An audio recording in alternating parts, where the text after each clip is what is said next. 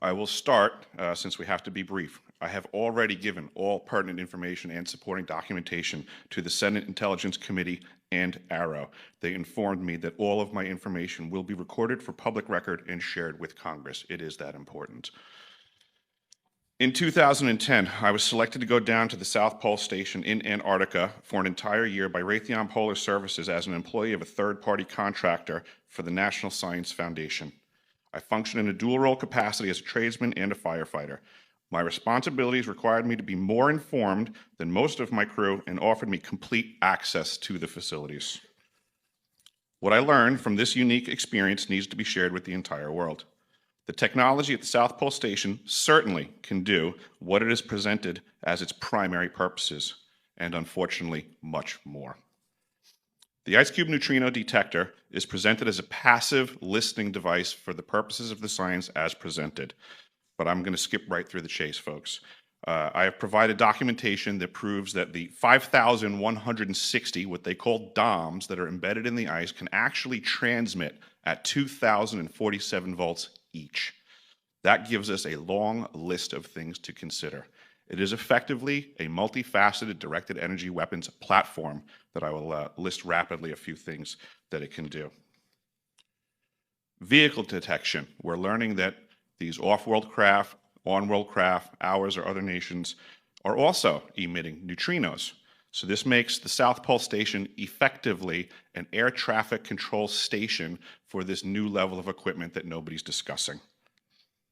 In addition to the ability to detect neutrinos and the exotic vehicles, I have provided documentation that shows that this is also a system for faster than light communications.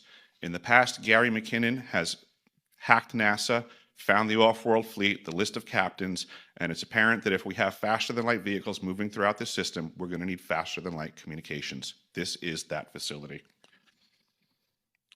Unfortunately, I have other bad news.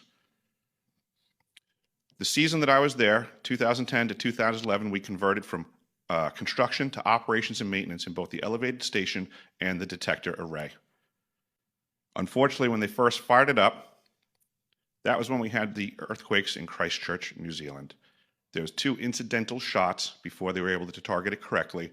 This is an earthquake generating device as well. This is the weapons of war that we have to deal with now and what Ratheon's hiding. There's an ELF system at the South Pole Station that when I arrived, I was told it was off, dismantled, and completely defunct.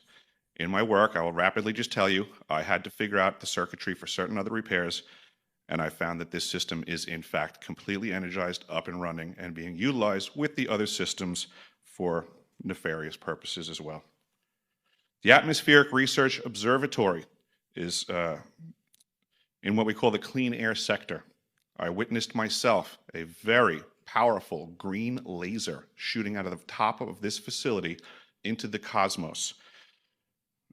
This, I believe, is a secondary form of long-range communications and or a defense system. I am not saying that we need to be scared of anything that's out there, but please understand the military-industrial complex is happy to invest all of your money in alleviating their fears. A question of power comes into play for all of these facilities that are present. I assure you, I knew what was going on, I knew the load demands of the facility, and all of these new items exceed the demand for the systems that I was presented. I am doing due diligence and research. I believe there is either a secondary power supply there that is either nuclear, that was there prior to the start of the Antarctic Treaty, which prohibits such things, and or that there is some sort of exotic power supply system there that just is not in the verbiage of the treaty, so it negates the responsibility to the parties involved.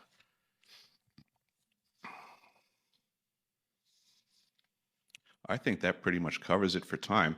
If anybody wants to find out more, I have a website where all this information is at. For brevity, I'll wrap it up, but you can go to deciphering.tv. I've documented all of this stuff, and information is available.